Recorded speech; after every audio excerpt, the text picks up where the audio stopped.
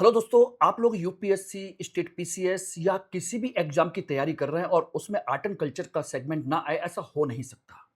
और art and culture कहते हैं कि ट्रेडिशनल होता है, लेकिन मैं कहता हूं कि करंट बेस्ड भी होता है। यस, आज मैं बात करने जा रहा हूं आपके इसी तरह के टॉपिक की। कर्नाटक का एक गांव, 12वीं सदी का मंदिर, और वहां पर एक निर्माण कार्य चल रहा है। गांव के लोगों ने उसका विरोध किया और उसको रोकने के लिए बात आई। बात आई तो आप समझते हो कि भारत में आर्कियोलॉजिकल सर्वे ऑफ इंडिया हमारी धरोहरों का एक तरीके से संरक्षक के तौर पर काम करता है।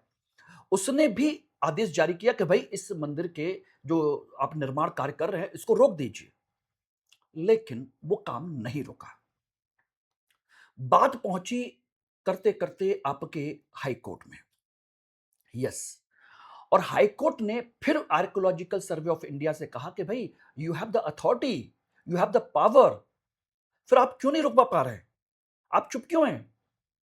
तब जाकर के फिर एएसआई ने उस निर्माण कार्य को रोकने के लिए आदेश जारी किया। आखिर बात क्या है कि वो इस मंदिर को बचाने के लिए इतनी लड़ाई लड़ी जा रही है, जिसमें एएसआई इन्वॉल्व है, जिसमें कोर्ट इन्वॉल्व है, सारी चीजें इन्वॉल्व हैं। आखिर ऐसा है क्या? ऐसा क्या छुपा है वहां पर? 12वीं सदी का मंदिर। आज मैं इसी पर पूरा का पूरा विस्तृत विवरण आप लोगों के साथ में शेयर करूंगा। हम चलेंगे आज से लगभग 800 साल पीछे, 12वीं सदी के मंदिर की घटना के साथ में। ओके, तो इस वीडियो को पूरा देखिएगा, समझने की कोशिश कीजिएगा। यहां से आपके बहुत इंपॉर्टेंट है art and culture. Art and culture का ऐसा टॉपिक जो आपको रेगुलर क्लास में शायद आपको पढ़ाया भी ना जाए। हल्का सा आपको डिस्कस जरूर किया जा सकता है, लेकिन इतनी गहराई से संभव नहीं है। तो चलिए इसको आगे बढ़ाते हैं, और इस क्लास की पीपीटी और अन्य चीजों के लिए मेरे साथ जुड़े रहिए टेलीग्राम पर, और स्कैन करके फटाफट इसको ज्वाइन कर लीजिए, या फिर मुझे इंस्टाग्राम पर फॉलो कर सकते हैं। स्कैन कीजिए और फॉलो कर लीजिए। चलिए, हम लोग बात करते हैं इसके आगे की। खबर क्या है? खबर आराम से इसको समझिएगा, जानिएगा क्या है, कैसे है। देखिए, खबर है, ये आप देख रहे हैं, भारत का नक्शा है, कर्नाटक है, और कर्नाटक में एक गांव है जिसका नाम है कुदली। शिवमोगा शहर से 17 किलोमीटर बाहर जिले में, 17 किलोमीटर दूर एक छोटा सा ऐतिहासिक गांव है। और वहीं पर है एक ऐतिहासिक, बहुत बेहतरीन मंदिर। ये ध्यान रखना, यहां पर रामेश्वर टेम्पल कहते हैं, 12वीं सदी का होयसल साम्राज्य के द्वारा बनाया गया और आर्कियोलॉजिकल सर्वे ऑफ इंडिया के द्वारा प्रोटेक्टेड है। सोचिए, इतना पुराना मंदिर है, एएसआई उसको प्रोटेक्ट करता है, और होयसल साम्राज्य के समय का बनाया गया मंदिर है। बात इसलिए मंदिर की नहीं है। अब तो आपको लग रहा होगा ये होयसल साम्राज्य का है, चलो बेसर शैली का होगा, लेकिन नहीं बेटा। मैं जो आपको बताने जा रहा हूं ना, वो बहुत इंपॉर्टेंट चीजें हैं। ऐसी साधारण चीजें नहीं होंगी, बहुत इंपॉर्टेंट, बहुत बढ़िया चीज मैं आपको डिस्कस करूंगा, इसीलिए मैंने ये टॉपिक आपको सजेस्ट किया है। अब बात आते, पहले तो घटना को समझ लेते हैं कि ये मैप है, ये सारी चीजें कहां पर क्या है, आप समझ सकते हो। बात इसके कहां पर है, किस तरीके से है। रामेश्वर टेम्पल बेसिकली शिव, भगवान शिव को समर्पित है, होयसल साम्राज्य का है, आर्कियोलॉजिकल सर्वे ऑफ इंडिया द्वारा संरक्षित है। अब यहां पर क्या हुआ कि गांव के लोगों ने यहां पर एक निर्माणाधीन कार्य को लेकर के विरोध प्रदर्शन किया कि यहां पर जो श्री कुडली आर्य अक्षोभय तीर्थ मठ है, श्री कुडली आर्य अक्षोभय तीर्थ मठ, वो 100 मीटर के प्रोहिबिट एरिया में निर्माण कार्य चला रहा है। यानी कि जो साइट एएसआई के अंडर में संरक्षित होती है, उसके 100 मीटर के दायरे में कोई भी निर्माण कार्य नहीं हो सकता, लेकिन यह कार्य चल रहा है। ठीक है ना?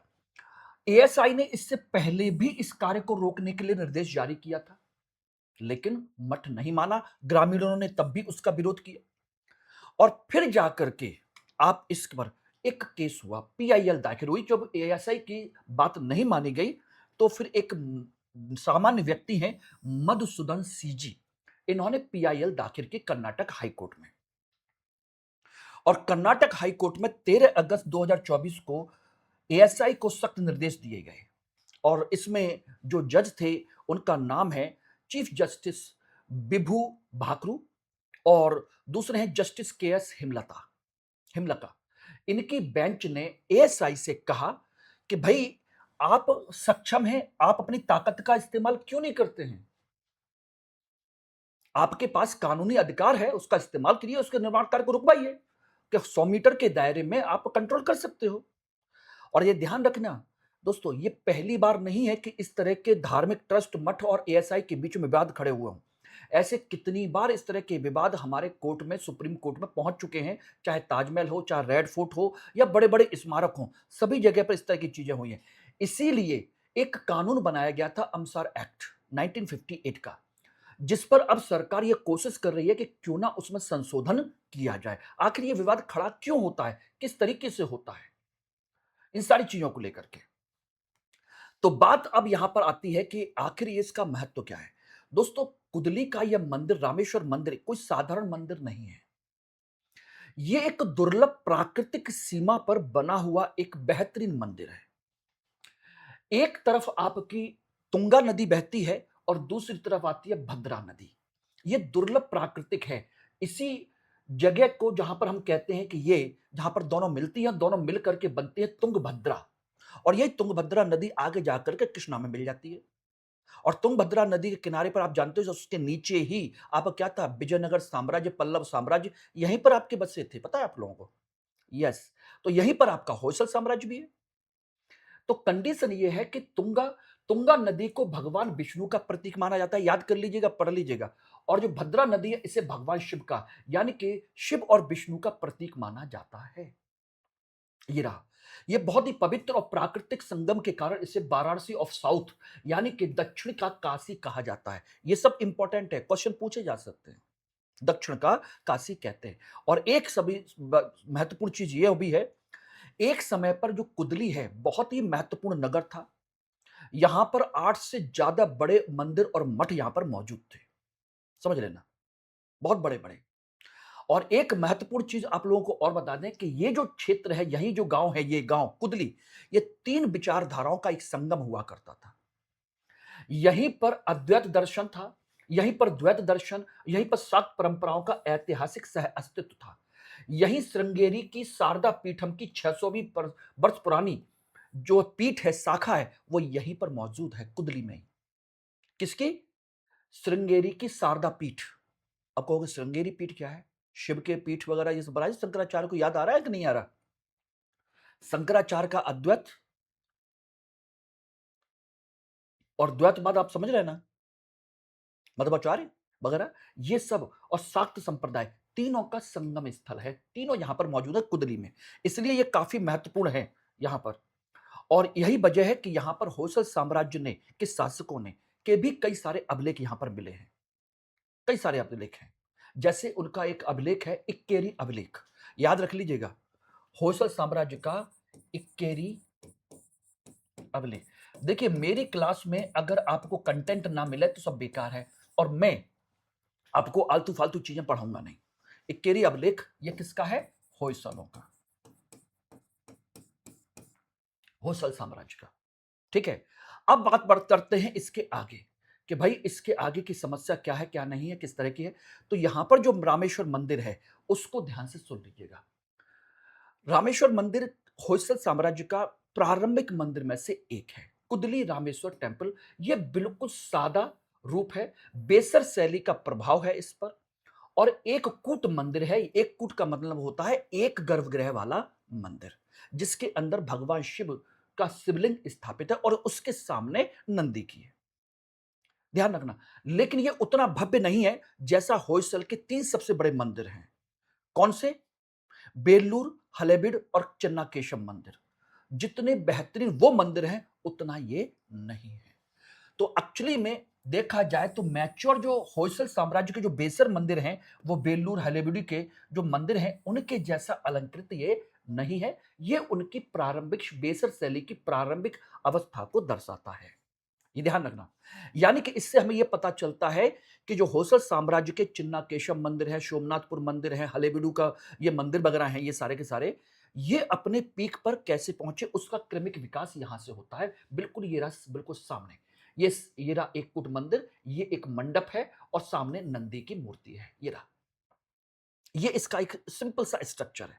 और यहां पर देखोगे तो ये है आपके बेहतरीन मंदिर जो आपके दिखाए गए हैं। आगे जाकर के जो बने, उसका एक तरीके से ये कंसेप्ट है। दूसरी एक चीज और भी है जो आपको जाननी चाहिए कि ये जो रामेश्वर मंदिर और या इनकी जो विशेषता है मंदिरों की, वो एक चीज और ध्यान रखिएगा। साधारण जो मंदिर का जो कंसेप्ट होता है वो होता है वर्गाकार इस तरह का, ठीक है ना। फिर उसमें कंसेप्ट होता है कि इसको और डिजाइन किया जाए, और ये होती है ताराकार योजना, जिसे हम कहते हैं स्टेलेट प्लान। यानी कि सीधी चौकोर दीवार के बजाय मुड़े हुए कोने, अनगिनत प्रोजेक्शन प्रेसेस, बारीक मूर्तियां उकेरने के लिए जगह बनाई जाती है। ये रहे ताराकार योजना, ये होयसलों की विशेषता है। होयसल मंदिर की विशेषता होती है ताराकार, उनका बेस, जगती, जिसे हम स्ट्रक्चर कहते हैं, ये रहा उस तरह का बना होता है, और बीच में बना होता है आपका मंदिर इस तरीके से। ये इनकी विशेषता है कुल मिलाकर के। और ये बनता किस पर है? इसके लिए एक प्लेटफॉर्म बनाया जाता है, ये रहा। और ये प्लेटफॉर्म होता है उसे हम कहते हैं जगती, ये रहा। ऊंचा चबूतरा सिर्फ ऊंचाई के लिए नहीं, बल्कि यह प्रदक्षिणा पथ का भी काम करता है, गर्भगृह की तारे जैसी योजना का अनुसरण करता है। यानी गर्भगृह जैसा है ताराकार स्ट्रक्चर में, वैसा ही ये भी है चारों तरफ से। यानी कि मंदिर भी आपका इसी तरह के ताराकार का, गर्भगृह भी ऐसा ही होगा, इस तरह का। तो ये स्ट्रक्चर है। अब इसके बाहर इलाके में आप आराम से परिक्रमा कीजिए, ये नहीं, इस तरह का। ये बेहतरीन नमूना है होयसल शैली का। ओके, क्लियर हो गया? तो ये ध्यान रखिएगा, ये है इसका कंसेप्ट।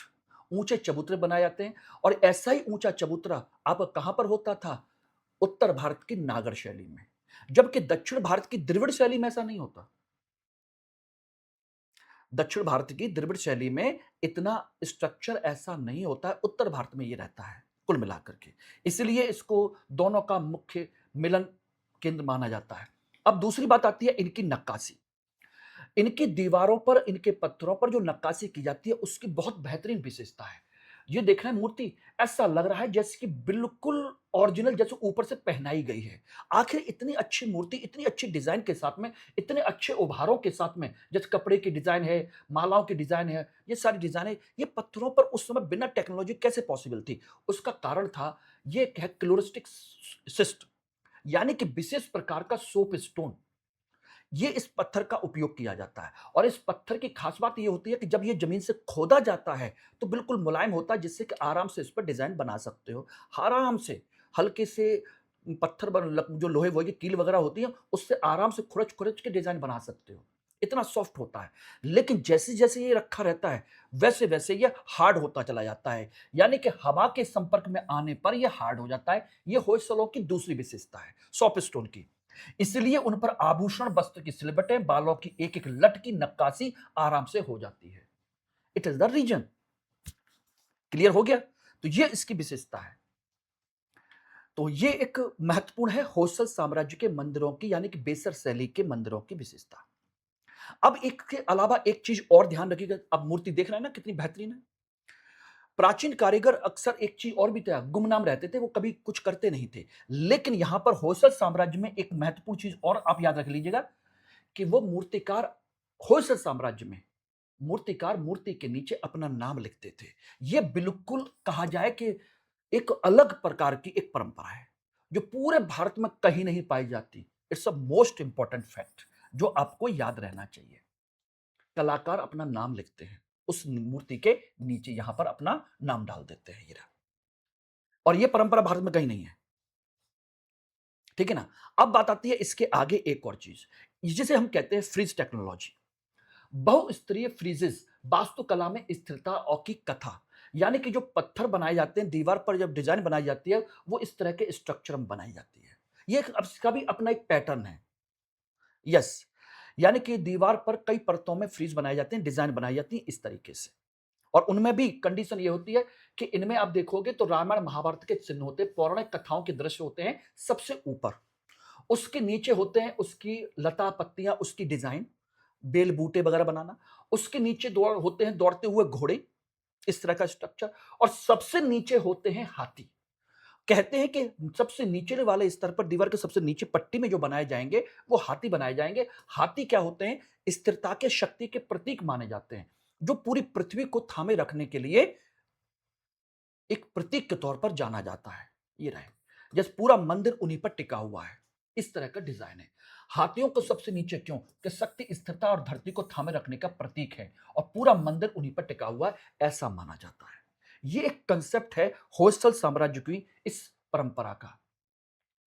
ओके, क्लियर हो गया कि नहीं हो गया? तो ये ध्यान रखिएगा, बहुत महत्वपूर्ण है। ये वो विशेषता है जो आपको रियली में जाननी चाहिए होयसल साम्राज्य की बेसर शैली की। और आ जाइए, इसके अलावा एक चीज और भी है कि रामेश्वर मंदिर के अलावा जो इन्होंने आगे चल करके जो बेहतरीन मंदिर बनाए, वो जान लीजिए। बेल्लूर का है चिन्ना केशव मंदिर, हलेबीडू का है होयसलेश्वर मंदिर, और ये है सोमनाथपुर का केशव मंदिर, सिंपल सा केशव मंदिर। ठीक है ना?